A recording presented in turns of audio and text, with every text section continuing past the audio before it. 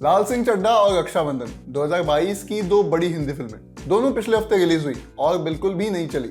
लेकिन इन दो बड़ी हिंदी फिल्मों के साथ एक तेलुगु फिल्म भी रिलीज हुई, इसका नाम है कार्तिकेय 2।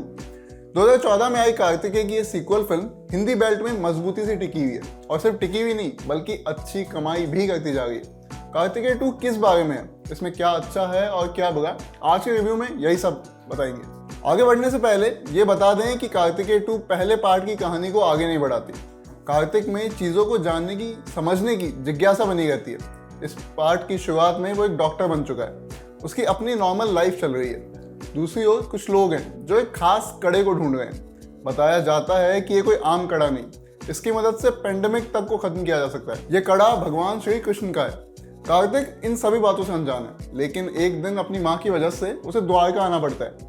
बस यहीं से उसके साथ अजीब घटनाएं होना शुरू हो जाती है। हर कोई उसके पीछे पड़ जाता है। कार्तिक का इन घटनाओं से क्या कनेक्शन है, ऑडियंस और वो खुद यही आगे समझने की कोशिश करते हैं। फिल्म अपनी फिलॉसफी को दो पक्षों में बांट कर दिखाना चाहती है। पहला है हिस्ट्री और दूसरा माइथोलॉजी। एक पक्ष है जो श्री कृष्ण और उनकी कहानी को भारत के इतिहास में गिनता है, तो दूसरा है जो उसे सिर्फ माइथोलॉजी मानता है। कार्तिक इस दूसरे पक्ष को रिप्रेजेंट करता है। चमत्कार से ज्यादा साइंस को मानता है, हर चीज में लॉजिक तलाशता है। हॉस्पिटल के बगल में भजन कीर्तन हो रहा होता है, उसे जाकर रुकवाता है, कहता है कि पेशेंट्स को इससे परेशानी हो गई है। रसूखदार आदमी आईसीयू में हवन करता है तो उससे भी डांट लगाता है, बल्कि थप्पड़ भी लगा देता है। फिल्म दो अलग विचारधाराओं को लेकर चलती है। ये कन्फ्लिक्ट चीजों को इंटरेस्टिंग बनाकर रखता है, वरना ऐसा लगता है कि एक विचारधारा पर बस लेक्चर दिया जा रहा है। मामला ऐसा है कि यहीं पर आकर फिल्म गड़बड़ा जाती है। वो इस कॉन्फ्लिक्ट को झट से ध्वस्त कर देती है।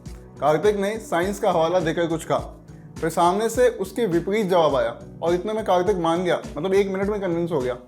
सामने वाला कुछ करने की जगह बस कह देता है और हमारा ईगो मान लेता है। ऐसा फिल्म में 1-2 जगह नहीं बल्कि कई सारे मौकों पर होता है। लगता है कि फिल्म ये ओपिनियन बेच रही है, थोप भले ही नहीं रही हो, बस प्यार से बेचने की कोशिश कर रही है। कहानी को जमीनी रखने के लिए श्री कृष्ण का एंगल रखा गया ताकि मेकर्स इंडियन ऑडियंस से कनेक्ट ढूंढ पाए।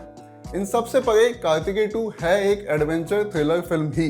ऐसे फिल्मों में कुछ एलिमेंट होते हैं, जैसे एक सीक्रेट भाषा में लिखी गई बातें, कोई सीक्रेट कोड या फिर सीक्रेट सोसाइटी। ये सीक्रेट सोसाइटी वाले वो लोग हैं जो अंधेरे में रहकर अपना काम करते हैं। यहाँ ऐसे सभी एलिमेंट्स को जगह मिलती है, बस वो उन्हें ठीक से कनेक्ट नहीं कर पाती। इस वजह से कार्तिक का पूरा एडवेंचर और कड़े तक पहुंचने की जद्दोजहद सतही लगती है। कार्तिकेय 2 एक सीमित बजट पर बनी फिल्म है। उस लिहाज से यहाँ एनिमेशन और वीएफएक्स जैसे फैक्टर्स को तरीके से इस्तेमाल किया है। ग्रैंड विजुअल्स को ऐसे यूज किया है कि वो खलते नहीं बल्कि फिल्म के प्लस पॉइंट में जुड़ने का ही काम करते हैं। बाहुबली 2 के गानों को अपनी आवाज देने वाले काल भैरव ने कार्तिकेय 2 के लिए म्यूजिक दिया है। उनका म्यूजिक सीन के मीटर को उठाने या कहीं तो अपलिफ्ट करने का काम करता है। निखिल सिद्धार्थ फिर से कार्तिक के रोल में लौटे हैं। उनका काम यहाँ greatest performance of the year type नहीं, लेकिन किरदार पर वो कंट्रोल बनाए रखते हैं, मतलब मामला ओवर नहीं होने देते। फिल्म में श्रीनिवास रेड्डी ने उनके मामा का किरदार निभाया। आपने उन्हें बहुत सारी तेलुगु फिल्मों में देखा होगा जहां वो कॉमेडिक रिलीफ देने का काम करते। यहाँ भी वो यही करते दिखते हैं और बखूबी ढंग से। उनके वन लाइनर्स आपको एंटरटेन करते रहेंगे। इनके अलावा फिल्म में एक इम्पॉर्टेंट कैमियो भी था। अनुपम खेर ने एक डॉक्टर और रिसर्चर का रोल किया।